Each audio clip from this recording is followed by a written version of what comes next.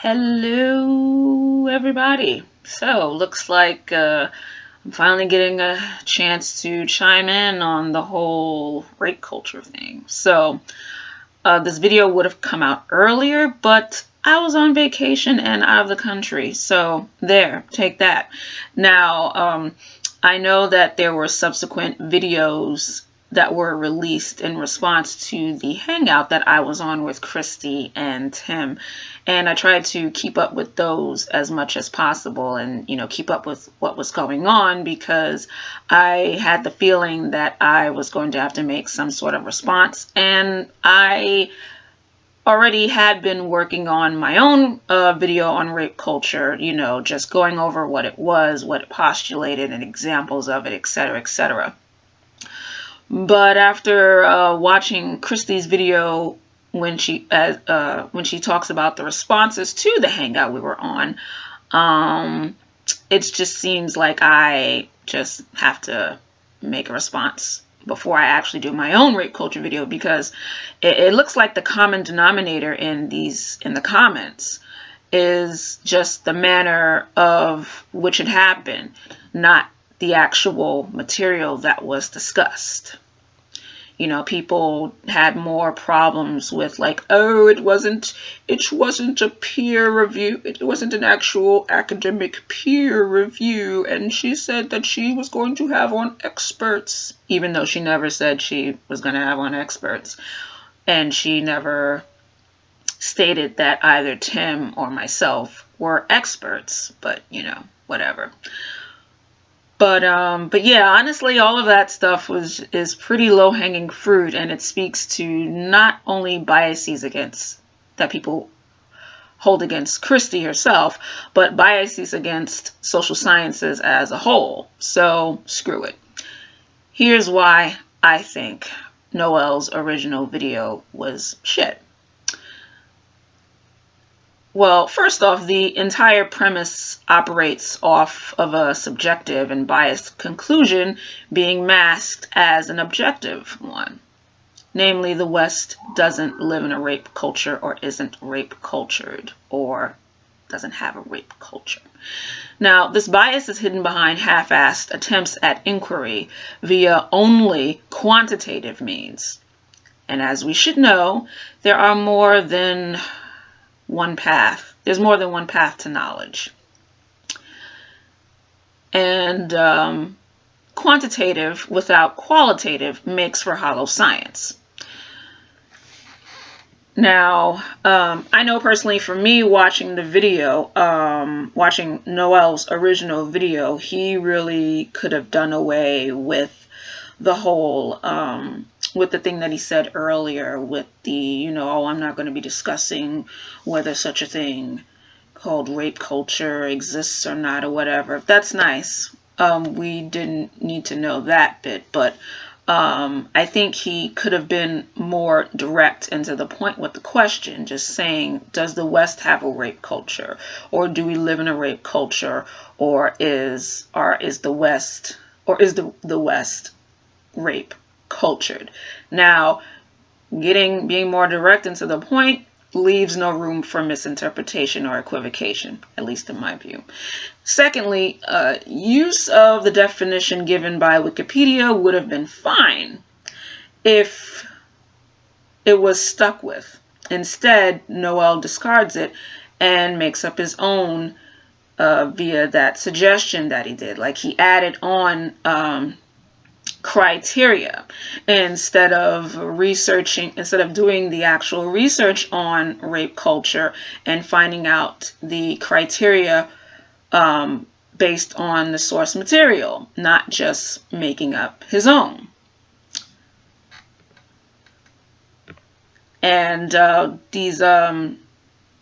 this extra, there either has to be a abnormally high prevalence of rape culture, or has overly accepting attitudes towards rape and rapists. That criteria isn't really within the literature that's out there. So yeah, again, instead of trying to go by the wiki definition, but then throwing it out via making up your own set of criteria to accept whether the West is rape cultured or not. You could have just did more research on rape culture and looked up the criteria for that instead. Third, Noel offers crime stats without giving an actual why or even wondering about the why.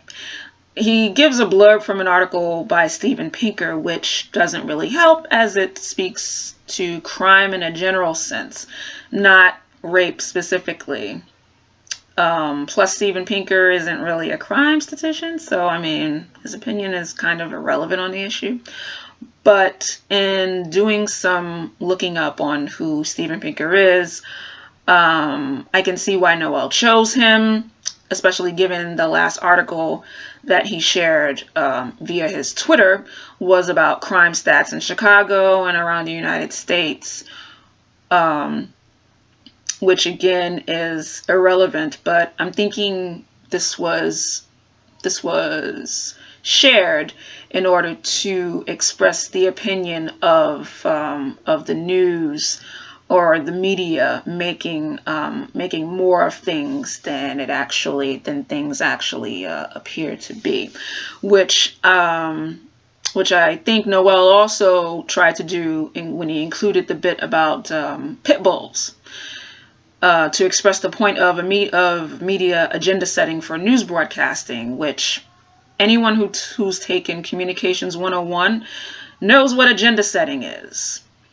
Yet that doesn't disprove the occurrences of rape that go unreported or address why they don't get reported in the first place and into making it into report stats. Now, just the fact that the idea of unreported rapes and the why of it not being reported doesn't come up in Noel's video at all or as something worth inquiry is a significant strike against the video. And it reveals this ethnocentric bias of the entire premise, which is, if I don't see it reported or, if I didn't see it happen, then it never happened or it doesn't happen or it never has happened. And, quantitative data over qualitative data.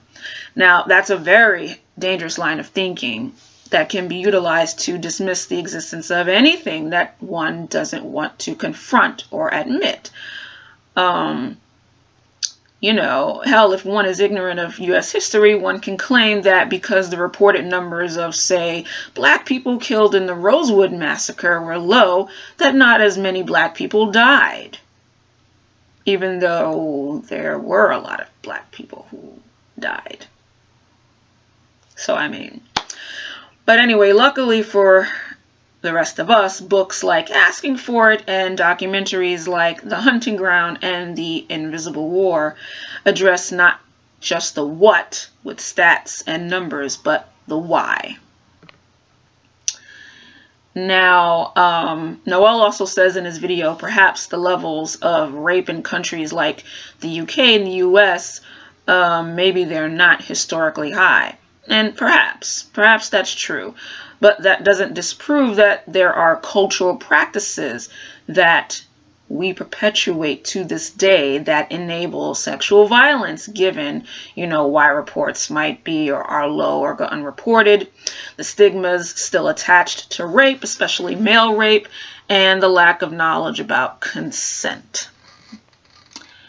Now, basically, Noel comes to the conclusion that because reports or the levels based on the reports aren't abnormal or eyebrow raising for him relative to other states and societies, his conclusion is that there's no case to answer for, and no case has been made that our societies are rape cultures or are rape cultured. Now, again, you cannot use just just quantitative data on its own to disprove that cultural and social attitudes exist, unless you don't believe they exist or that such attitudes are normal or biotruths.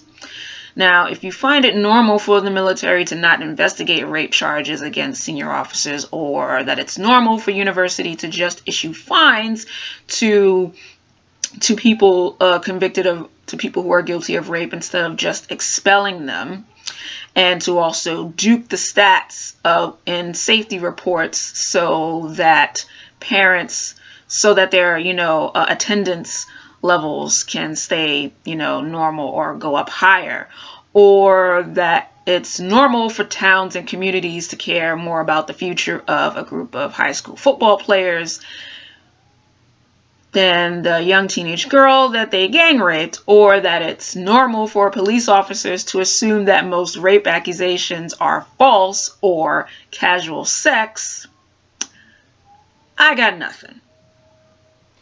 So to conclude, yes, the entire video is flawed and biased because its very premise, its fulcrum, is heavily flawed and biased. Not to mention how lacking in information on the actual term, rape culture, and the study into its use, examples in the West, the video is. And there it is. The foundation of the video was flawed, as was its execution and its conclusion.